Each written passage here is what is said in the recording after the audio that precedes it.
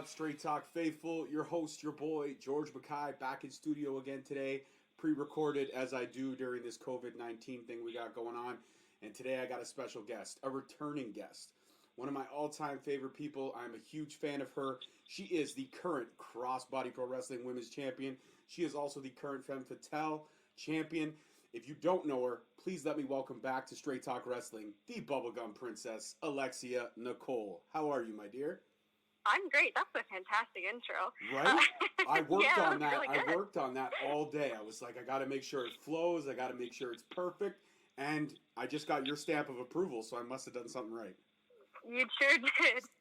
So, you know what? Let's talk about everything that's happened for you since the last time you were on the show. You were on the show in January of 2019. Things were just kind of percolating for you. You had been around for a little bit. You'd had some great successes.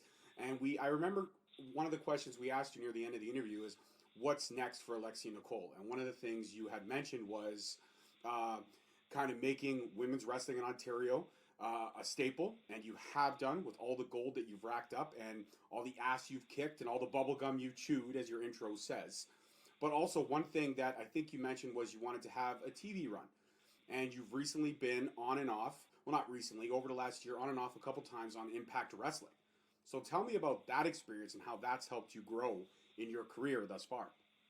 The experience I've had with Impact has tremendously helped. I didn't the first time I got asked to do it, I was an undead bridesmaid for Sue Young. But even that was so interesting because you don't realize what it's like to have cameras and production crew. I've been in extra with WWE before, but on a smaller scale where people are going to recognize you, not just as a rosebud. You're like, oh, someone may see you. You're going out there. I was one of two bridesmaids. So I knew people were going to know who I was. And I had specific timing cues and I had to be in certain places. And it was so different from what I had to do before. So that really helped me. And then each time going back there with Impact, learning more character stuff, what looks good on camera in terms of moveset, and just learning to relax and be myself at the same time in such a high pressure environment. I'm really thankful for that experience with Impact. Well, I think you thrive in high pressure environments, though. I mean, I've seen you a bunch of times at Crossbody. I rep Crossbody to the fullest. I'm always talking about Ben Ortman's and team and everything that's going on over there. And a lot of the stuff he films for the YouTube page is very similar to Impact in the way they do things. 2 roaming cameras, the 1 stationary camera. It's all very, systematic in how things are broken down. And I think the Impact stuff probably helped you be more comfortable around all these other things. But I've seen you in high-pressure situations. One of the last matches I remember seeing you in was you going at Veda Scott and Crystal Moon, triple threat for that Crossbody title. And you tore it down. You destroyed it, you rocked the house, and you walked away with this confident swagger that I've seen more and more of you since the first time we met last January. Your swagger's there, your confidence is through the roof, and I gotta say, you're one of the most humble and gentle people to meet in person, but when you're in that ring, you scare me. I guess I'm doing my job then. You are. You're very good at flipping it. I've seen you at Revolution, where you made your Revolution Women's Wrestling debut, another promotion I'm very, very affiliated with. And you were a babyface there. You rocked it out. You even gave my daughter a special moment. You hugged her in the crowd, which was super awesome. I never got to thank you for that, but thank you for that. No problem. And then I see you at Crossbody, and you can literally look somebody in the face and just be like, shut up, bro. I don't know you. I don't need to know you. I'm here to do my thing. And you can play both sides perfectly. And that's a talent a lot of wrestlers don't have. So talk to me about that. Talk to me about flipping that switch from babyface at one promotion, then going into another. And okay, I got to be heel. I got to put some stank on everything I do. It's kind of crazy because for the longest time I was a babyface for years. No one wanted to book me as a heel because I'm so tiny and I'm this cute little girl who does I didn't even do a bunch of cool moves. I did something. I did arm drags. I did nothing cool. But everyone booked me as a babyface because they thought I did cool flippy things. And then it was honestly, I think it was around just after I did the podcast the first time last year that I started being booked as a heel. And slowly I got more confident with that. And then when I returned to doing babyface things, it was just like, okay, like I kind of know how to work this already. Let me just put a little bit more. It sounds weird, but like I kind of use some of my heel mannerisms as a babyface, but it feels more natural. And that's the only way I can flip back and forth, is just to kind of combine both and just turn one up more than the other in whatever circumstance. So I think we've asked this question before, but now that you've had a chance to play both sides of things, what do you prefer? Heel, 100%. Everybody says that, and everybody gives me a different answer. Let's break it down a little bit more. Why heel? Why do you get such more of a kick out of it? Is it because you get more of a reaction from the crowd? Definitely. I like, as a heel, like, I like interacting with the crowd, babyface or heel, but as a heel, it just comes so much, it's just so natural. Because if someone's, here's the thing, you're going to have hecklers whether you're a face or a heel, but if you're a heel, you can go off on them. If you're a face, you're kind of like, I got to get them on my side a little bit.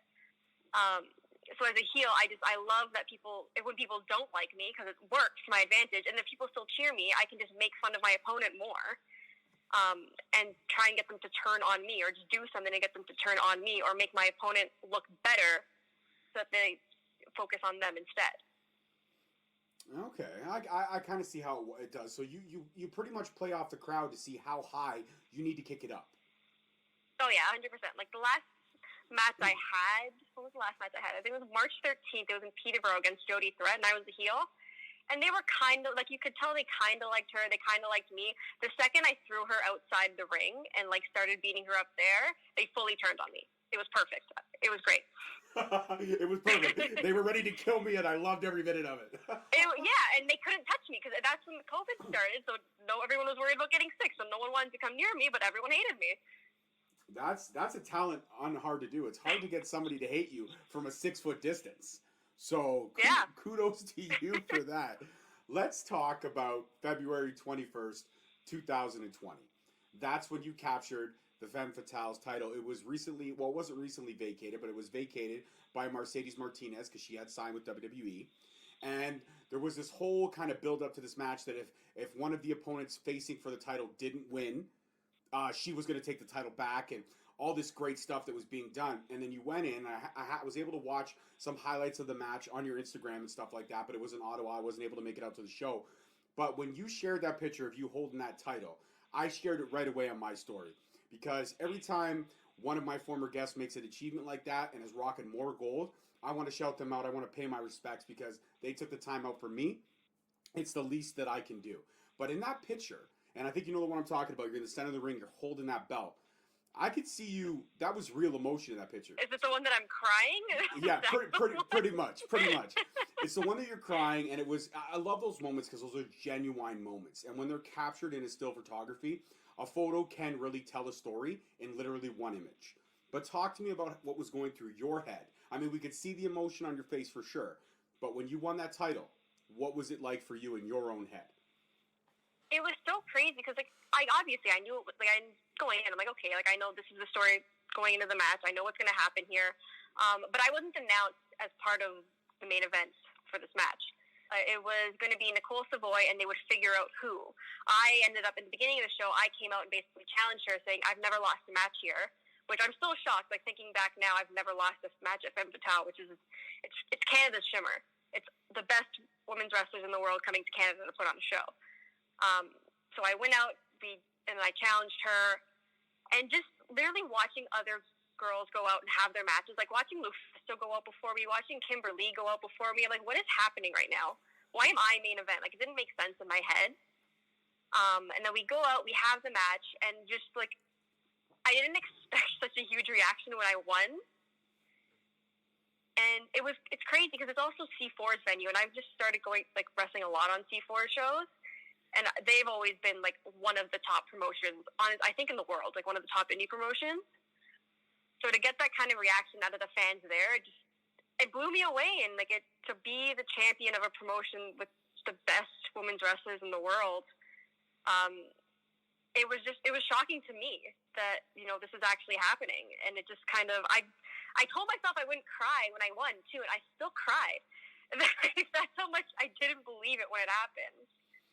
Well, I mean, I think everyone tells himself, I'm not going to cry, I'm not going to do this, but how many actors or actresses do you see when they win that Oscar? They're up there and they're crying. And it's that real emotion coming out because it's something, it's a testament to you, your ability, how hard you've worked, and everything you've accomplished in your career. And you've accomplished a lot. I mean, one of my favorite matches with you was obviously anything that I've seen at Crossbody, but another one I loved was you and Jody Threat at Destiny Wrestling. You guys had literally a barn burner. It was just exhausting.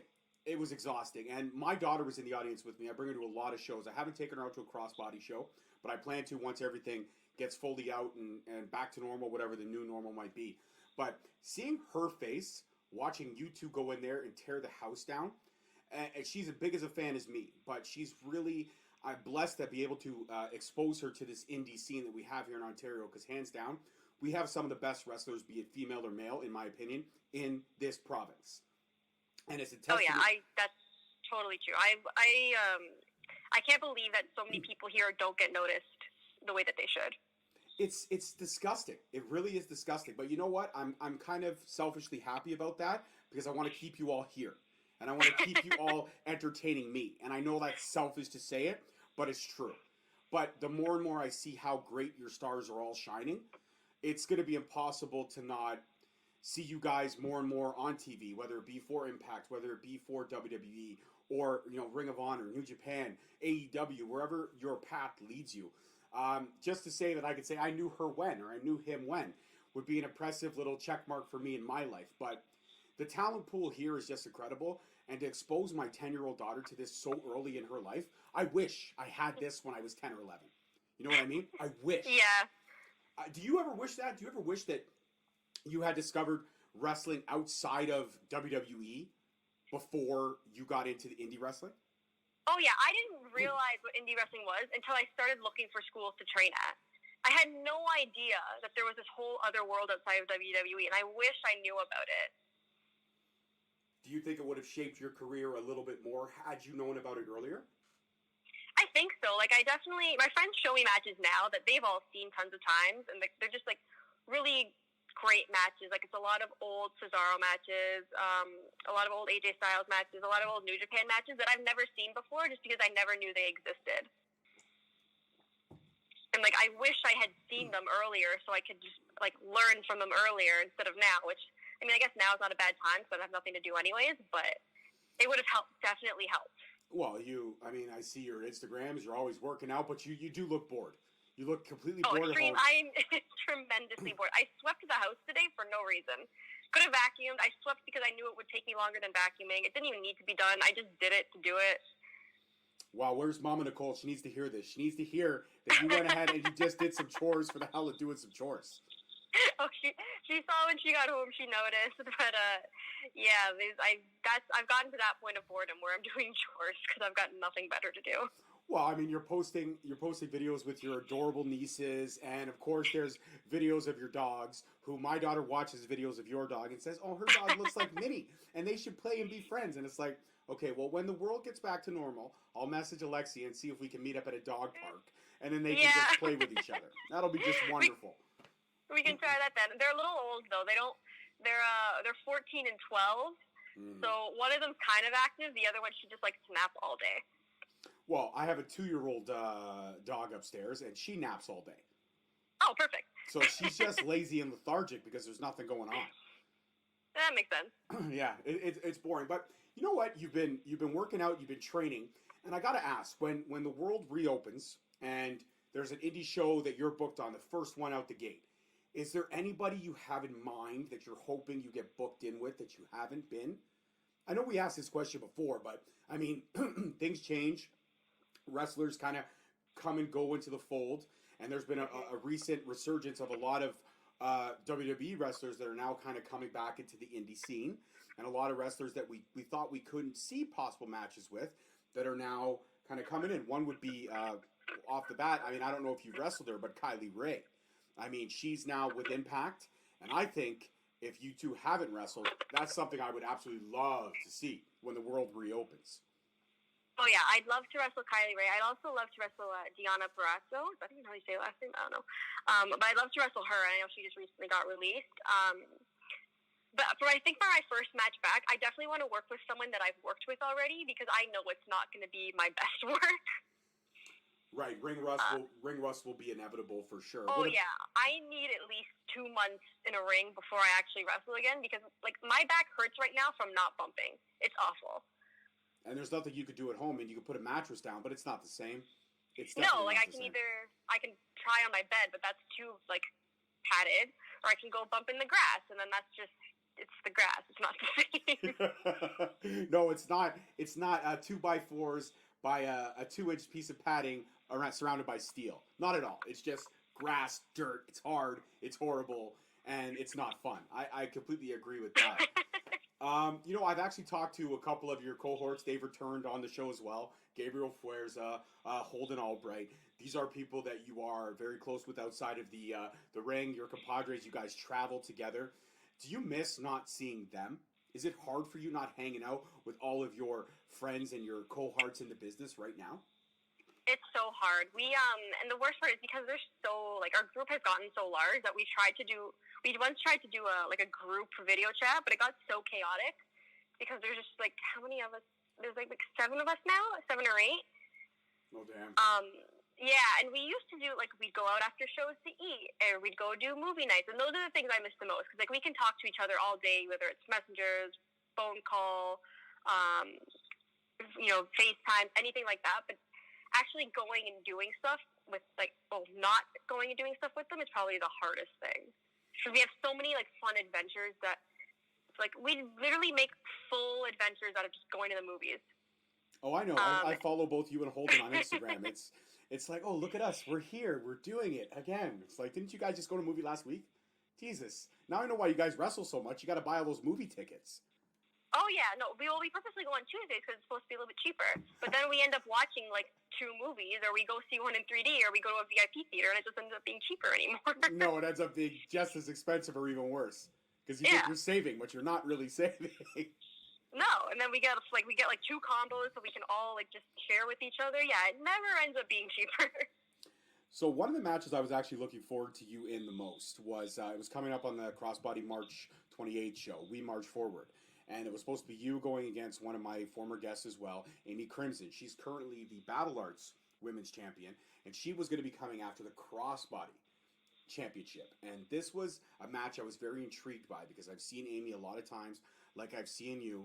Your styles are so different, yet you both have similarities. You're both a little bit on the shorter side. You're both very speedy. You're both very aggressive. This was a match that was going to be very hard for me to pick a favorite because I love and respect both of you. But are you looking forward to when you get back to normal and Crossbody moves forward, marches forward like the event was called, and this match hopefully does happen? Are you looking forward into getting into the ring with Amy Crimson? I'm definitely looking forward to getting in the ring with her. I had seen like clips of her before I had actually met her, and then I met her at one of the showcase shows that Crossbody does, and I was really impressed. For a long time, there was not, after I sort of like completed my training, I guess, which like you never finish training ever, but like when I was doing shows regularly, there was no new girls. It was me and whoever else was being brought in or whoever was already around, or girls who were just super new and not ready to be working. But like in the past, I'd say like 2 years, I've seen like Crystal Moon's come up, Amy Crimson, Bianca Corelli. Like there's been just like a resurgence of girls that are new and they're getting good. And yeah, like Amy really impressed me watching her matches at the showcase series. So I was excited for it. I was looking forward to it. So I'm hoping when we're allowed to perform again that I can have that match.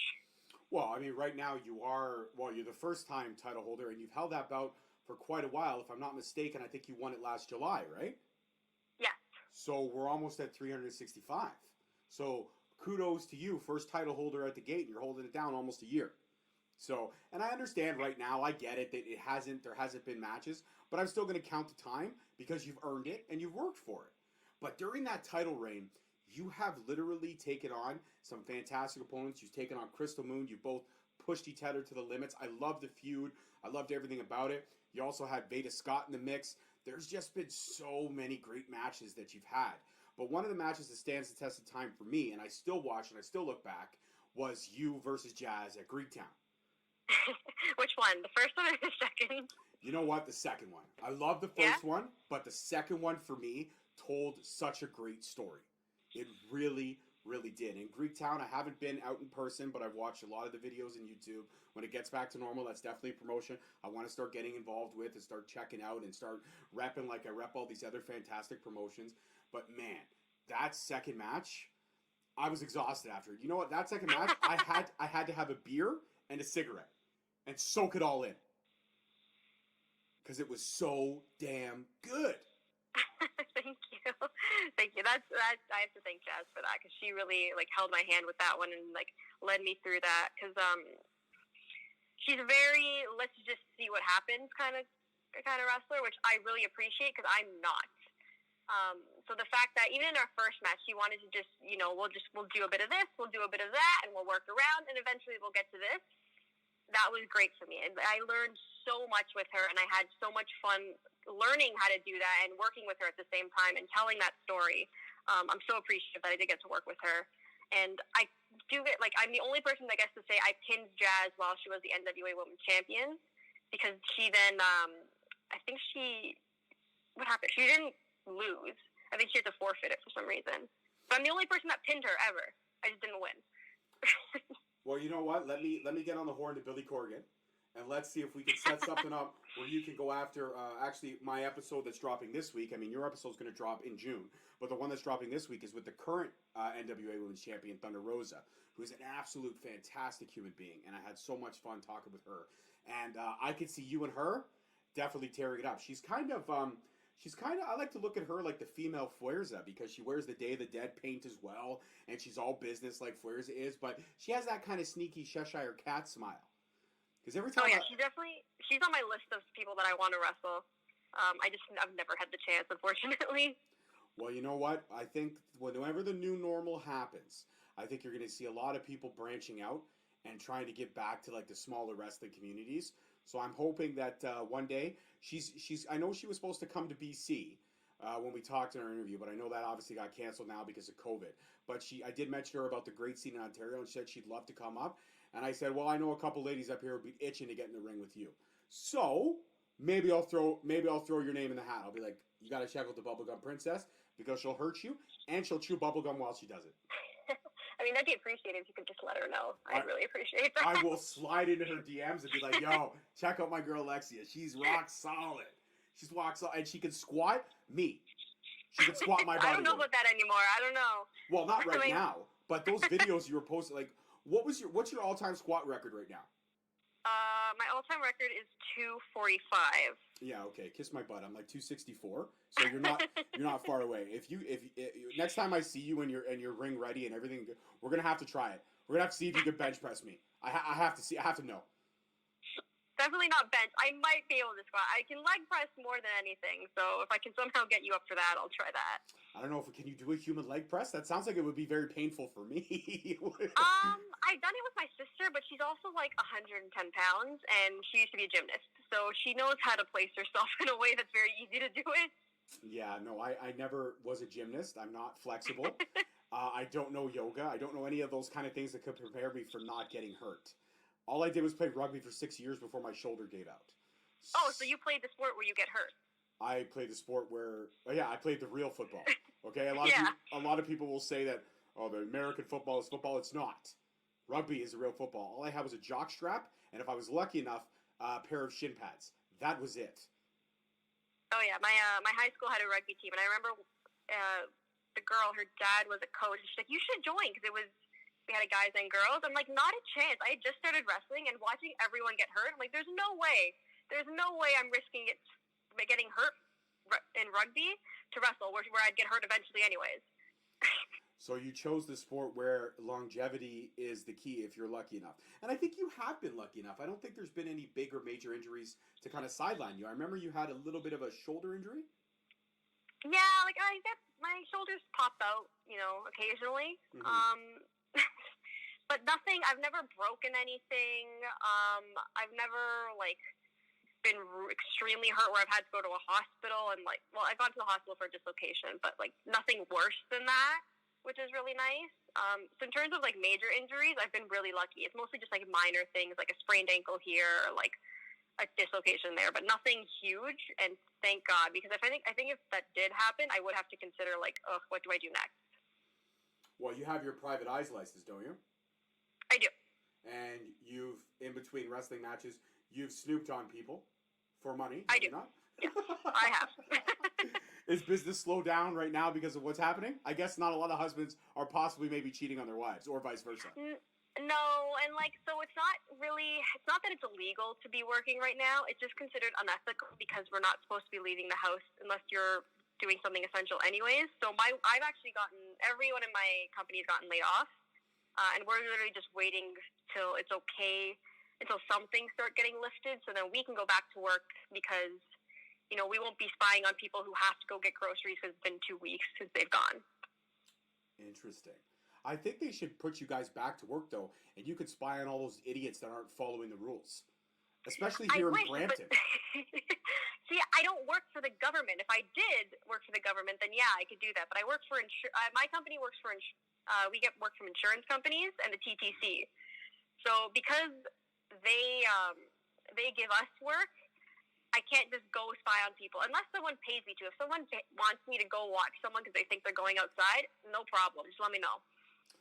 That's okay. So anybody listening to this when this drops, if COVID is still happening in June, shoot Alexia a DM and she will follow somebody who's not playing by the rules. Okay, she will ding them for money. She will phone them in to the police and say, ticket this guy or ticket this girl because they are not following precautions. So let's make sure that we can get this girl some work. But I noticed that the merch sales and everything are still going well. Your loyal fan base is still kind of plucking through, ordering the photos and stuff like that. That must be very humbling for you to have that kind of stuff still happening. It is, and it feels really nice. I know not everyone has money right now. A lot of people are in my situation where they've lost their sources of income. And they're relying on, for me, I had to apply for EI the second I got the chance because I knew, okay, well, I can't work. I've gotten laid off from work temporarily. I can't wrestle. Merch is literally my only income, and if no one buys anything, I'm making no money. And even though I live with my parents, I still have my own bills. So the fact that people are willing during this time to still buy my merch, I'm so incredibly thankful for it. So if you have bought merch, thank you so much. It really does mean a lot to me. Oh, I'm sure it does. I mean, my daughter's got one of your shirts. I bought a couple of your photos. And, we try to support when we can. It's a tough time for everybody, but, I mean, every time I'm trying to support. Crossbody started that fantastic Pro Wrestling Tees page. It's got your shirt, Flair's shirt, Holden's shirt, Pretty Ricky. Pretty much the whole Crossbody roster shirts are up on the page. So if anybody hasn't seen my stories or Crossbody stories, support because 100% of what the shirts are sold goes right to the roster. And that's something great that, Ben and Notorious TID are doing for all of you guys, and that's very humbling and very cool that everybody's pitching in together. And I think the one thing that's going to come out of all this, and let me know if you agree or disagree, is that the world is going to get a little bit closer in terms of how we treat people. And I've already seen the change. I've seen the change I went to Costco recently, and Costco used to dread it. I used to absolutely dread it. But now you go in there, and even though people aren't really talking or getting in your way, you'll get that gentle, Walt Disney head nod, you'll get a smile, and that's something that never used to happen for the longest time. Do you think this is almost like a reset button on the way humanity treats humanity? I definitely think it's a reset button of just the world in general. I think we're learning how much we really don't need in order to live day to day, just because now that you're forced inside, you don't have a lot of things, we don't have new things popping up that we can go do. I think we're learning to appreciate what we already have. I don't know. I see too many people still hating each other, but I'm also very cynical, so maybe that's why. There's mostly online hate that I see. I live on a pretty secluded street. There's not a lot of houses where I'm at. But when I pass by people taking the dogs for a walk, everyone's very nice. We have conversations that are 6 feet apart, where one of us is on one side of the street, someone else is on the other. The little bit that I have gone to a grocery store or a Shoppers Drug Mart, everyone's been super nice to each other. I do hope that continues, and I hope we get nicer and just I really hope once this is all over, everyone just appreciates how nice it is to be able to go outside and go do things and talk to people. I 100% agree with you, but I hope it doesn't change in terms of wrestlers and wrestling fans, because seeing you give somebody the middle finger when you're walking out is something I really do enjoy watching. I mean, I can do that from 6 feet away. That's fine. Yeah, absolutely. The middle finger is literally the solid. It could be like a what's up, or it could be like a jokingly, haha, screw you, or it could be a straight up, fuck you. I don't like you. I don't even mean to do it sometimes. It just happens. Like, I don't even know where it comes from. I've never done it in real life. Ever. I've never actually given someone the finger. I get terrible road rage where I yell. I've never thrown up a finger. Never. And I don't know where it came from. I honestly think I just spent too much time with Berza. I think that's how it started. Gabriel, what have you done? El Diablo nicknamed Rage True. You've demonetized her. Why? Oh. You know what? One of the greatest things about watching you in action, though, is seeing your evolution from the first time that we met you, and you were super easy to get a hold of the first time around. You were gracious. You were actually one of the first guests we had inside the Straight Talk studios, and that I always rep that. I always tell people I'm like the BubbleGum Princess. She was in the Straight Talk studio. She was absolutely fantastic, and it was one of my highest rated interviews of last year. We got a lot of hits on it, a lot of love on it, because people wanted to hear your story. And I think we did a great job telling it. I think you did an amazing job. You were very humbling to share it all with us. And I appreciate it. And I know my former co-host, who's no longer with me because I kind of do things on my own now, I know he appreciated the time that we had. But in terms of the next steps for you, whenever the world reopens, I know you said you need 2 weeks or 2 months to get really ring ready, and you want to be with somebody that you've worked before, and you mentioned a couple people that you're looking forward to getting in the ring. But is there anything really that's on your bucket list that you want to really chop down once the world reopens? I want to be consistent when the world reopens. Like, I definitely noticed I'm almost kind of thankful that everything's kind of stopped for a second, because I noticed in the couple months leading to this whole shutdown, my matches were kind of hit and miss. At least that's how I felt personally, where I know one night I'd go out feeling great and I'd have a great match. The next night it would suck, and then the night after I'd have another great match. My biggest goal when I come back is just to have consistently great matches with whoever I'm in the ring with. And I really hope that, like, this break is actually good for my body, and I'm not just telling myself that it is when it's not. Because that's really my goal. I want to just keep having good matches with everybody and not go back there thinking, oh, I could have done this better, I could have done that better. I just want to be proud of every single match going forward. Well, I could say I've seen a ton of your matches this year. I've actually been quite proponent of following you since you came on the show last time, and I haven't seen a bad match. And I'm a person who knows the business, who respects the business, and I have no bones about telling it like it is. But I haven't seen a bad. Yeah, I've seen bad spots in bad matches, and I'll admit that there have been some bad spots. But consistently, all the matches have been something that I could stand up and go, yeah, I enjoyed that one. And with a lot of times with you, I know if you're in a match, I'm going to be entertained. And that's just simply because I know you're either going to come out and give somebody the middle finger, or you're going to come out and have the biggest smile on your face. And the one thing always about you is that I can see, no matter if you're heel or face, when you're in that ring, you're having fun. And even the people that you surrounded yourself with in terms of Holden, I mean, sometimes I wonder how he's still breathing. Yeah, me too. That guy, I love that dude. He's one of my closest friends, much like you are, and he scares me. He scares me with all the shit that he's done to his body. I'm almost positive that there's no organs left. Every time he wrestles, I get so nervous. And I sit and I watch the match. I'm like, okay, he'll be fine.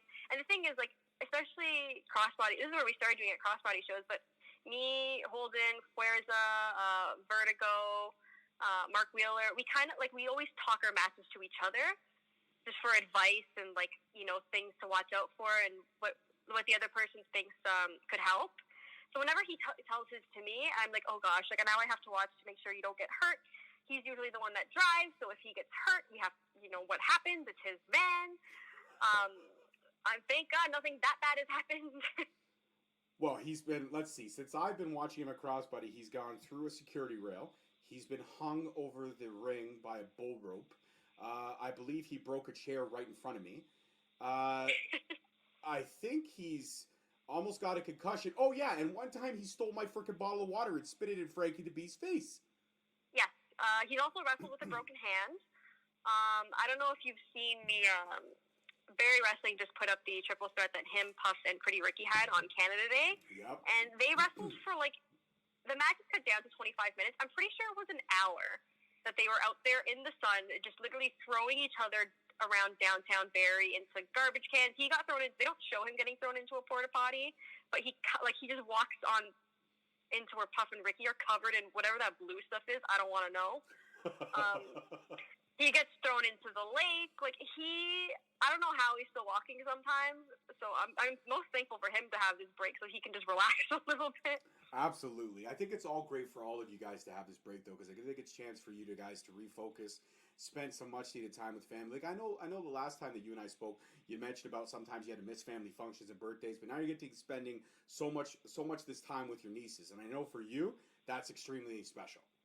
Yeah, I wish I could see them in person. It's a lot of FaceTime calls. Right when everything started, I still got to see them in person.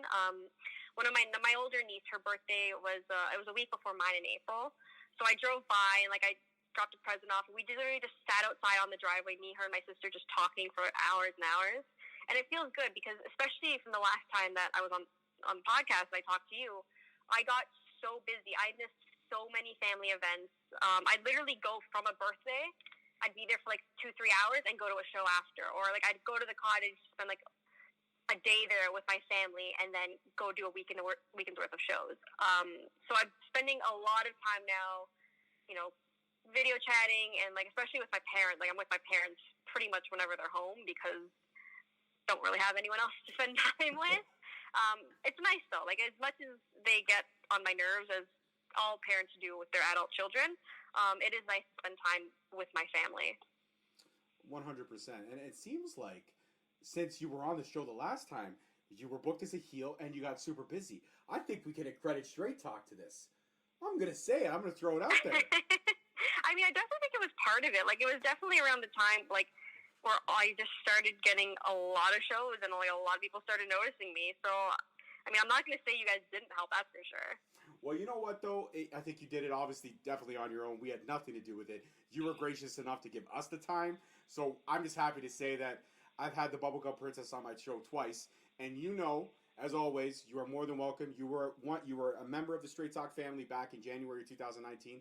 You're still a member of the Straight Talk family. So anytime you want to come back on the show, you absolutely 150% are allowed to. You now have my number. You can call me anytime and say, hey, George, I'm bored. Let's do it again. Let's do it again.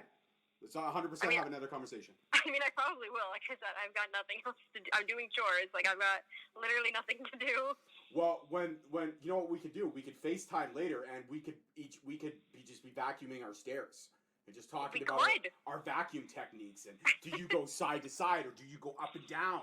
How do you work the vacuum? What's your go-to on the vacuum? You know what I mean? Yeah. The conversations that can be had in the world nowadays are incredible. But one more question I did want to ask before we wrap this up is WrestleMania. Everyone was talking about it. Everyone was like, yay or nay. Cinematic matches were great. Yada, yada, yada. Empty arena. Not sold on it. Impact is doing the same thing. AEW is doing the same thing. Ring of Honor is doing the same thing. What is your thoughts on what the televised pro wrestling is doing during this time period? Are you all for it, or do you think it's just a waste of time when the talent could have the break to recover and spend family time as well? I'm so conflicted because I loved WrestleMania. I thought it was great. I loved that it was 2 nights. I loved the cinematic matches they were my favorite part. I forever will love that Boneyard match, and I wanted to see more Funhouse matches. That being said, though, I think it's very hard to produce weekly content with no crowd, especially in a time like this where you're not going to get everyone there because people can't travel in and out of the country. Some can't travel at all. You've got Roman Reigns, who is he going to risk his life to wrestle in front of no crowd? Even this, yes, he's signed to WWE, but he's at a very high risk of getting sick, and that's not something that anyone should be forced to put themselves through right now. So, and also, I hate saying this, I've tried watching Raw and SmackDown. I can't do it without a crowd. It is really hard for me just to sit and focus when there's no reaction because, not every match is going to be a banger. So when there's no crowd to really play off of what the people in the ring are doing, it makes it harder. And of course, like, I've been there. I've wrestled in front of like 3 or 4 people. I know how hard it is as a performer to do. And I've sat in a crowd that there's like 10 people in. I know how hard it is as a fan to get invested in something that you can't see if anyone else is invested in. So I'm down for more cinematic matches if they can be done the way they were at WrestleMania. I just don't know if weekly programming is needed. Like, I'd almost rather show me some like collections of old matches. Like, show me some of your best of instead, and this maybe keep everyone a little bit safer for now. I couldn't agree with you more. I think you're 100% on the ball, and I think that's where I'm at with it too. I loved WrestleMania over 2 nights, and I think that maybe going forward they should even adopt that when the world goes back to normal. But it's hard. I mean, even during WrestleMania, it was hard for when, like, perfect example, Alexa Bliss and Nikki Cross came out. They did their pose in front of the ropes, and they were posing and pondering for a crowd, and it's like, I get that you guys are so used to doing that, but when there's no crowd, you got to change it up. Yeah, and like, the thing is, the matches at WrestleMania, if you watch them, I would say like almost all of them were pretty good matches. There was only one match that I wasn't really invested in at all, and it's just because I haven't watched SmackDown in a while, so I didn't really care for Baron and Elias, but it wasn't bad. But it's so hard. It makes it so much harder to enjoy with no crowd and no reaction. I could not 100% agree with you more. And that's why you are the princess of the wrestling business here in Ontario, 150%. My dear, it was an absolute pleasure to have you on the show today. I thank you again. And as always, you know you're more than welcome back. And I hope you stay safe during this time period. And I cannot wait to see you tear it up in a ring again, whether it be heel, whether it be face. I know one thing for sure. I will not get a middle finger because you and I know each other. So even if I do boo, I know you'll know it's nothing personal. All right. I mean, I'll have to take your word for it. If something changes, I don't know. But no, I promise. I absolutely promise. Alexia, as always, you stay safe, and I cannot wait to see you back in a ring very, very soon. Thank you. You too. I hope you and your family and the girls, everyone stays safe and healthy, and hopefully this is all over soon-ish. I mean, I don't know. I was just watching the news. They say no sporting events this summer, but I'm hoping that maybe we can somehow social distance fans at shows to get that coming back soon. Yes, I could not agree with you more. I'm missing indie wrestling. I'm missing, people yelling and screaming. I'm missing, your favorite wrestler coming out. I'm missing you guys entertaining the crap out of us for 10 to 15 minutes. I'm missing all of it. I'm missing the bad popcorn. I'm missing everything. Everything. Everything. All right, you enjoy the rest of your night, and we're going to chat very soon. All right, thanks. You too. Bye-bye. Bye. Well, guys, that was the BubbleGum Princess. What can I say? Another great interview with another returning guest. And the one good thing I can say about COVID-19 is I've been able to actually break down and slow down the world enough so that I could bring these talents back to have great conversations. It's what I do. It's what I love to do. It's what I will continue to do as long as I have someone listening. So as always, Straight Talk Faithful, I'm your host, your boy, George Mackay. Peace, love, and wrestling. I will see you guys all next week. Stay safe, stay home, and hopefully by the time this episode drops in June, the world will be back to some kind of normal. Peace. Thank you for listening. Tune in next week for another episode on Spreaker, Stitcher, Spotify, iTunes, Google Play, and iHeartRadio. Also follow us on Facebook at Straight Talk Wrestling, on Instagram at Straight Talk Wrestling, and on Twitter at _Straight Talk. And for all our merchandise, you can search us on ProWrestlingTees.com.